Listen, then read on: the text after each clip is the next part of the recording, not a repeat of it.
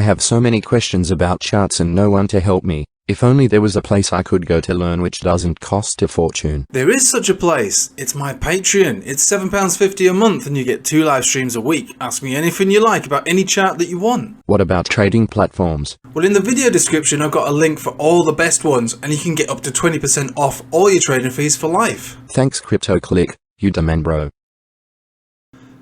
Hello everybody, welcome back. Let's have a look at our friend Bitcoin then, shall we? Just focus on Bitcoin for the moment. I know that altcoins, everybody wants an altcoin. There has been some altcoin setups and trades, like the Jasmy one, that's doing pretty well actually at the moment. It's pushing at that resistance. So again, you know, if it clears from here, then I'll be looking for another move, like a decent move. Probably just based on the 12 hourly, which is where the pump signal was generated, we'll be looking for the next major resistance, about 19%. So that's just for those of you that are like hanging on to that Jasmy trade. But so far it's doing quite well. In fact, you know, it's a glowing shimmer of green in a sea of red at the moment. So Bitcoin, it's a do or die kind of situation at the moment based on the charts. You can see that the upwards trend line of momentum on the RSI is still holding, not choosing any particular direction. Again, because this is a daily, you know, it's basically at a support, so you base this upon the support. If it was at resistance, you'd think bearish, you'd be more bearish than you are bullish. If it's at support,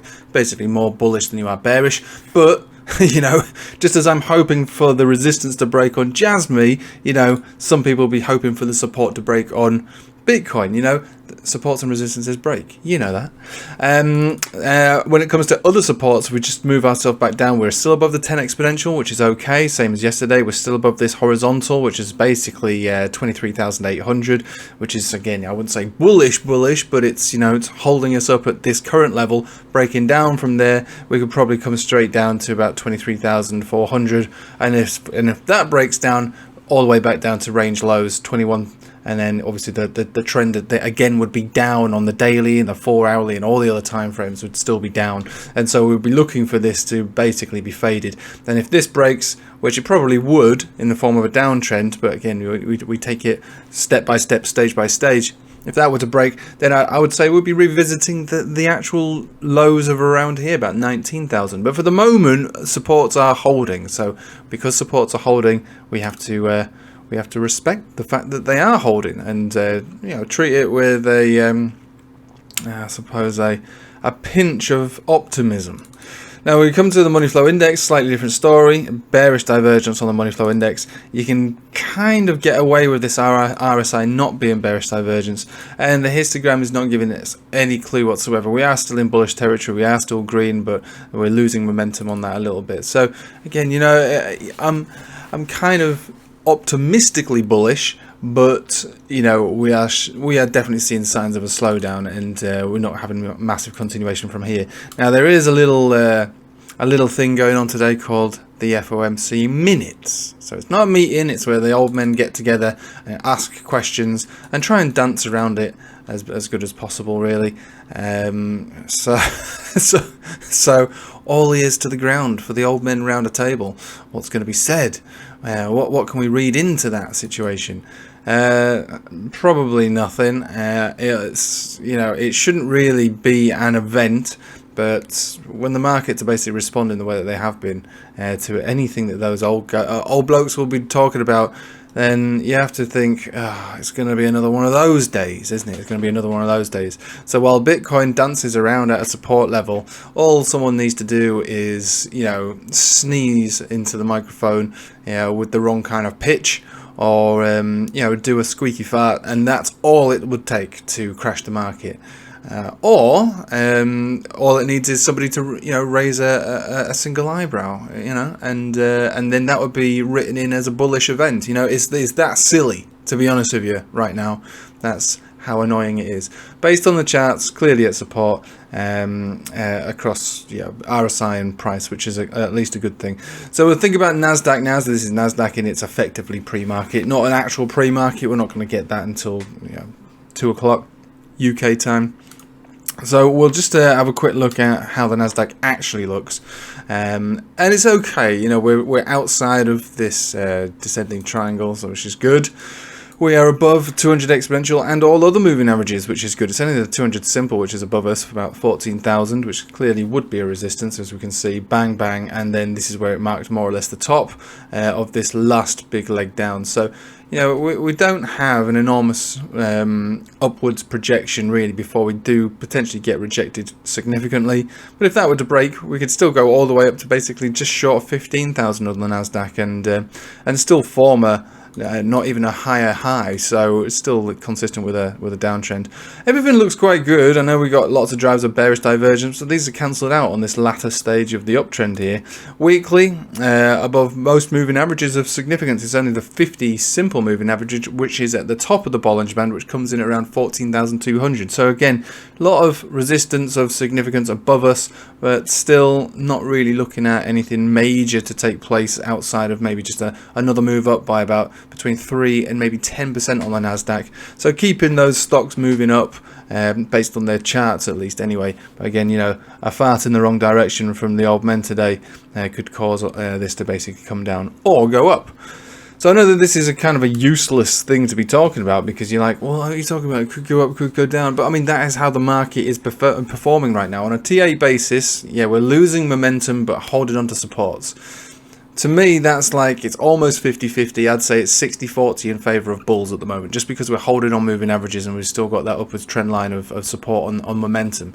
But if you were to move it down to lower term time frames, like a 4-hourly for instance, you'll see that, yeah, we are below the Bollinger Band. You know, the downtrend is actually in play already on this 4-hourly here. Yeah, the 23,800 is still relevant, but below that is back down to 23,256, which is your 200 exponential. Match that with the daily, that's more or less just a little lower than the 21, the 50 exponential on the daily. So again, I'm not massively sold on the way that this looks. I'm not going to say it's actually bullish.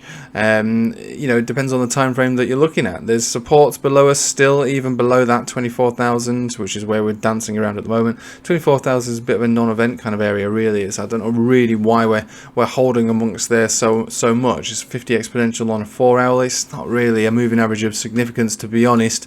I mean, I mean, it is there, it does exist, but I think 24,000 seems to be more of a psychological figure here that people are hanging on to. It's more to me about the 23,800, and then obviously below that, yeah, the lower $23,000 zone. So even so, like I say, I'm not massively bullish. I'm not particularly bearish. I'm basically gonna have to sit and wait to see what these blokes are gonna say, and that's fine. Like I say, there are altcoins out there that can be traded. I've specified them on the channel. They seem to be playing out quite well at the moment.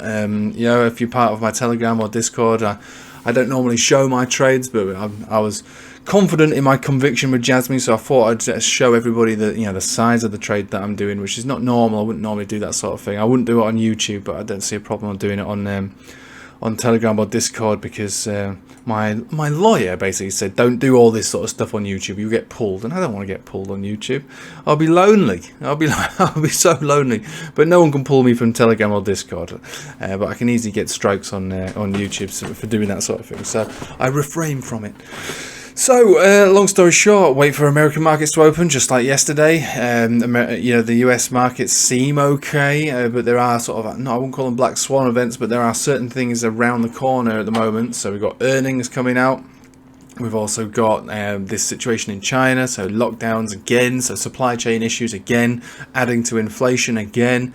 We're looking at maybe a bounce on oil, so that's likely to see a rotation out of stocks into energy. That's could be happening at any moment, really. So there's a lot of reasons outside of just looking at the particular charts themselves that could move, yeah, that could actually cause further downside as well.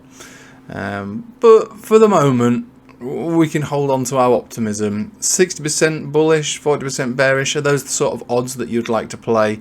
It's up to you if you want to think about it like that, but that's really all trading is. That's all TA is, really, is trying to narrow down the odds to work out if this is going to go in your favour or not. And to be honest with you, I always say this sort of thing. I mean, if you were given, if you went to the doctors and he said you got a 60% chance of surviving, I mean, you wouldn't walk out of that room particularly happy with those odds, despite them being in your favor. There's still like quite an element of doubt that it might not work out. So take that for what it's worth. You know, there is a better chance of this bouncing and moving up than it is breaking down. But the odds aren't that great, to be honest with you. They're only ever so slightly in your favour. Right, so with that said, you know, I'm going to leave it with you there. There's not really much more that I can say. There's any different to yesterday's. The same deal, same bag.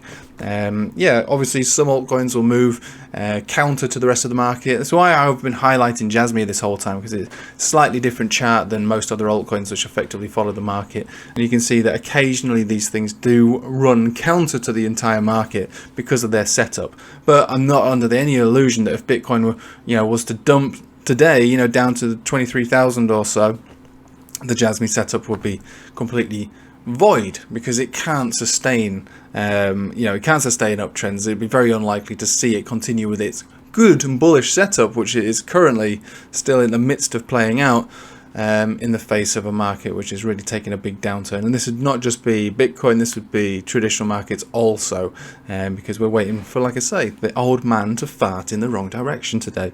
So we'll leave it with you there, and I hope you have a nice day. I'm doing the live stream tonight if you're interested in joining up with the Patreon. Otherwise, yeah, take it easy, have a nice day.